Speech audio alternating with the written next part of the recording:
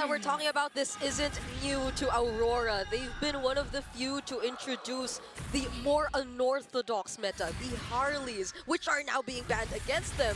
So this might just be all according to plan for them, but I have to agree, the draft looks very favorable for Team Liquid. And it's not just in this tournament, right? We saw the Harley, we saw those crazy picks, but the Hamon, the Leomord, it was them who showed it off in the international stage in previous tournaments as well.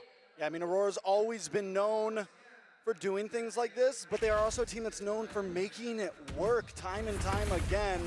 I like the draft a lot. I think the Hayabusa is a little off, but still, if there's a team that can do it, it's them. Yeah. Yeah, the emblems, everything looks pretty standard for majority of them. A lot of thrills, so I'm guessing Team Liquid really want to take things into or under control. But Aurora Gaming, despite everything we've mentioned, at least with the Zetian, we're seeing how they also are keeping the mid lane under control so far. So I guess that's stopping Team Liquid to a certain extent. Yeah, that's something we have been seeing a lot from the Zetians. Even for Selangor Red Giants, the way they control the mid lane is with the Zetian, you have just so much range and instant clear with anyone with Concussive Blast. So even if the enemy team has Cho, it's still a win for you. JP and Sanji are kind of confined to their turret right now, and it's very difficult because on the Forza you want to be active. You want to use those wings by wings early to get like a little bit of poke on Lunar, maybe a win, or just relieving pressure off of your weak side. All those small victories have been taken away from or by the Zetian. Ooh. That could have been something for Aurora. Fortunately, Team Liquid are really, really careful in scouting out where they could potentially come from. They're the ones holding the turtles first, though. Uh-oh, a lot of damage on it, JP. But their Airstrike goes down early for Sanji, but he was able to zone Rosa away, and that's the goal. And Team Liquid once again get the first neutral objective with the turtle. Yeah. Ooh. Yeah, without... Hey! Oh, wait! Comes the bully, JP comes in. Is he able to get away? It's taking a lot of damage on the JP. The shadow kill, Tienzi with first blood. He's just able to, he does lose the purple buff over to Tlph, but still, at least he finds some revenge. Now Sanford taking a little bit of damage as well, but the disengage happens. Okay, that flicker was a bit off-timed. I think he could have escaped that a bit or could have split up the damage a bit more, but then he clicked it right as the Ogi shadow kill was cast, so he had to go down. Could have been better, especially as he used the flicker. Oh, Pagu too using the flicker, but going back, yeah. Team Liquid Philippines at that point, I feel like Aurora Gaming should have been more. Wait, maybe we talk about that later. The dragon on Tienzi. Tienzi instantly taken out. A tsunami slam from Pagu. Tlph wants more. Gonna come in. Lock on to Pagu. Sanji showing up to the party as well. Pagu decimated, taken out. Whoa! Wiped off the map. A double kill into the hands of Tlph. Wait, Lunar! Sanford in trouble. Lunar trying to find something. Oh.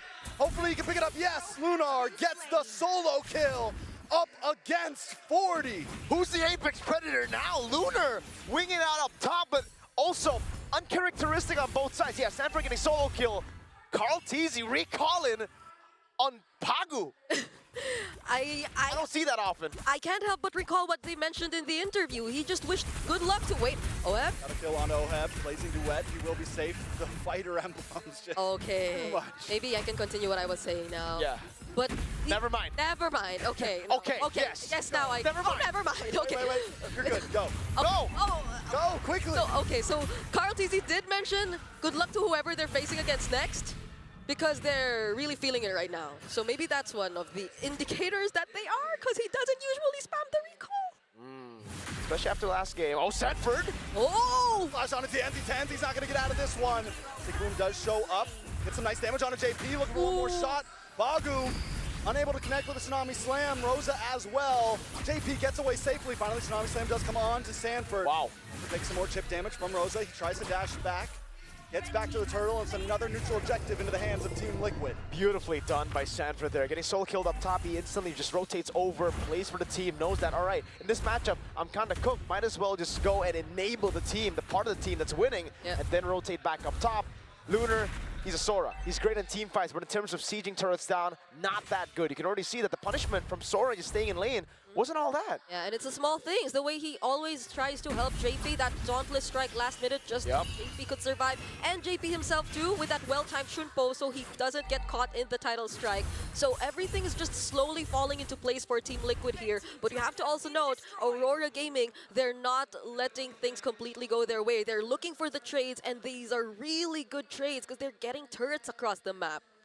Taking a look at the items here, rush to the Oracle there for Lunar, wants to get more benefits from the healing of Kalea passive. You're constantly proccing in team fights, and it makes sense because he has Concussive Blast. This is the thing that we've been seeing a lot of teams go for as we develop into the later stage of the M7 World Championship. Earlier on in the wildcard, it was all Brave Smite Soras. Then we got to see Tlph play the Concussive Blast, and I'm like, wait, how does this work? He lost on that, then I'm like, okay, maybe it's not the best. Then we saw more and more Concussive Blast just for Prio, and now it's the best emblem to go for. No one ever goes Brave Smite again, except, I mean, this is what we're talking about XP, because Temporal Rain is pretty good for gold. Yeah, we saw that in Oheb's hands even yesterday, or even just earlier now when he used it and did a couple mistakes on the Sora, but that was already the Tsunami. Oi! Stanford! Now that's more like the Apex Predator. JP! Nice way the Dragon does connect onto Pagu. Feathered Airstrike as well. Shifting clouds keep Tlph under the tower. JP now trying to run away as Pagu. Rosa want to try to refight this out. Oh no. Masanji and Stanford and all the rest of the team have showed up, and the taunt happens, and JP gets the kill. Now Rosa and Pagu in a bad situation. Turtle up in 3 seconds. Team Liquid gonna reposition. Lunar probably didn't want to reposition there. Sanji! Oh, they walk right into it. A stun and a final slash, and Sanford finds Pagu. It's almost like Team Liquid were like, all right, game 1, game 2, Aurora were catching us with these crazy unorthodox team fights. Yep. That we might just have to go for our comfort picks. Oh, JP again? Okay, Clouds on it. JP brings him under the tower, but Sanford showed up in the nick of time, but a shadow kill able to get it now. Sanford in a bad spot as well, brought down to about 20%. Oof. This is the final slash, and it's one Oi! hot on to Sanford. They can't get the kill, but the airstrike comes out. What time? Sanford finally goes down. Pagu with the Tsunami Slam onto Sanji. Oheb! Altizi looking for a target, blazing duet from Oheb. And then there's Calm. okay. Finally. I hope this is real. It Because is. they're a bit too far from each other to re-engage once again and cut us off. But yeah, We finally analyzed. finally, maybe not. Never Okay. mind. Well, you keep wasting time. You gotta jump in Yeah, again. okay. But there you go. You see how these two players of Team Liquid really are working together almost all the time. It's JP and Sanford making things happen across the map, even without Tlph joining in. But when he decides to, that's where the narrative really shifts. This is a clear advantage in Team Liquid's hands so far, but Aurora Gaming, just the same, could see it as an opening. If they're able to Yes. constantly punish these two frontliners for Liquid that way, then they'll have much easier access to these members of Liquid who they're yet to shut down. That's Oheb, that's Sanji, and speaking of, JP brought in the midst. There was no escape from that one. Yeah. I don't know about the Shunpu there. Like, he tried to, I guess, body block for Oheb, and then he ended up just going like, oh no, it's me now. All right, whatever, you know? I guess we could say it's worth it because look at Sanford pushing up top, getting the prio again to maneuver into the jungle, but unfortunately they don't use it to do anything. So at the end of the day, it's just a free pick off there. But Team Liquid are still ahead by quite a bit, and the corrosion side will be done very soon by Oheb. That's going to be quick from him. Swift Trinity, Brute Force Breast Split already picked up now as well by Lunar. yeah, that's a lot. That's a 2-level gap between the two junglers and a 1k gold lead too.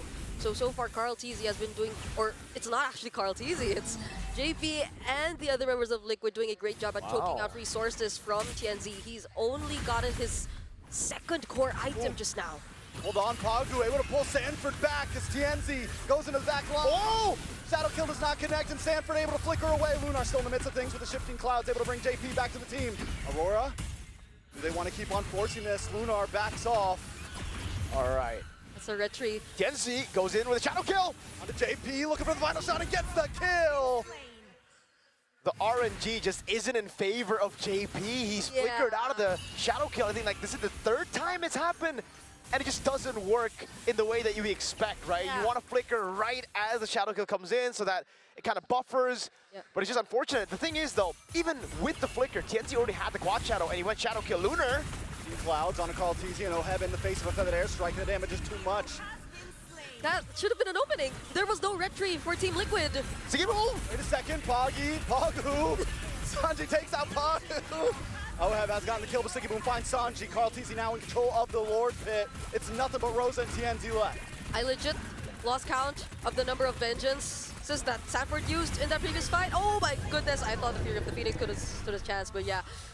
And it was weird. Aurora Gaming, they had such the perfect opportunities. Tlph was forced to use his retribution in that previous clash. Team Liquid were already forced to back out. JP was nowhere to look for a setup, but Lunar probably in a desperate attempt to look for another setup to get more just so they could ensure that they have the upper hand and the advantage, tried to go for something. That's why when teams go for this kind of play style, it's a risk that you're taking where you might overheat yourself, right? And that's exactly what's happening to Aurora Gaming. They find some good team fights, but the fact that Team Liquid throughout the game has gotten more, he's gotten more wins in the team fights. It's built up frustration for Aurora Gaming. So whenever they only get like a small victory, one guy picked off, they're like, I want more. They're giving for TL hope basically to Aurora Gaming, and it's a false sense of security where Aurora are just like, we constantly want more, and the punish keeps on happening. You can't just be making these mistakes against Team Liquid. Look at already, with just a small mistake from Lunar, how much of a goal lead they built. Final slash! Sanji takes out Rosa. That's the final slash you're waiting to see right before a big push. With the flickered off angle too, Rosa could not expect that. I mean, there was no way to react to it. He wasn't really visible, and then boom, JP! In the backside with a kick, but it's the wrong way, and sees Tsunami Slam back to the base. Immortality does pop. Sanford's gonna try to help him out. A shifting clouds though, make sure Sanford kill. Feather Strike does come down. Lunar force it back up. Trying to lock onto Sanji. Whoa. Does get away on the top side though. Oheb with a BMI back. Such great timing. Nice stun. Yeah. Okay, so they might not go for it first, but that was such great timing on the Purify. Oheb wasn't caught in the title strike, so his Blazing Duet wasn't cancelled out. At least Aurora Gaming were quick to react though, so they didn't feel majority of the damage just yet, but still that's already the Swift Trinity completed for Oheb. And mind you, that was the only time I think where he went in with the Blazing Duet. He wasn't alongside anyone else just yet, so what more if Team Liquid decide to commit with all these resources that they have? Yeah, take a look at the items here again. With the Wind of Nature as well, Oheb is just so free. There's not really a lot of lockdown by the time he goes in. Oheb's playing this Claude really, really well, and he understands the job description of playing the Claude at this point, right? It's not to go Blazing Duet with the rest of the team initially. It's to wait for some of these resources to be burnt out. Lunar CC being burnt out, the Tsunami Slam from Pagu, and then, only then will Oheb walk up to clean up, and it's been working amazing right now. So Aurora, what is the route they need to take to avoid that from happening? Because again, it really seems like there's no answer right now. Yeah, they do have answers in their lineup though, very direct answers at that. They do have the Fury of the Phoenix, they can use it to cancel out or at least stop Team Liquid in their tracks if they wanted to, or if they timed it really, really well. And TNZ, well, it's also partly the JP not being as lucky today when it comes to dodging the Ogi Shadow kills, but right now TNZ can also deal considerable amounts of damage if he wanted to, but okay. Speaking of, JP spots out where Aurora Gaming is going to come from. Play, quick movements from Aurora Gaming. Lunar comes with a shifting blast, but the knockup happens! And Aurora Gaming is shoved in their face! Back away from the Lord. Lunar taken out. Team Liquid going to advance. 2 members down, a Lord taken by the Chef. Team Liquid are looking for the end in game number 3 for match point. Yup, they lost TNZ and Lunar, 2 of probably the most important heroes you could rely on for your defense. AP with a big kick lands on Pagu. Oheb gonna get some more shots off. Pagu goes down next. It's Siggy Boom and Rosa up against the Stampede. A Lord coming down the mid side. Oheb locks on a Siggy Boom. Siggy Boom trying to do something, but he just can't do it. Tlph and Sanji lock on the base, and that's game 2 for Team Liquid. Match point secured for Team Liquid in the lower brackets. That was such a stark contrast between the Oheb we saw in the previous game.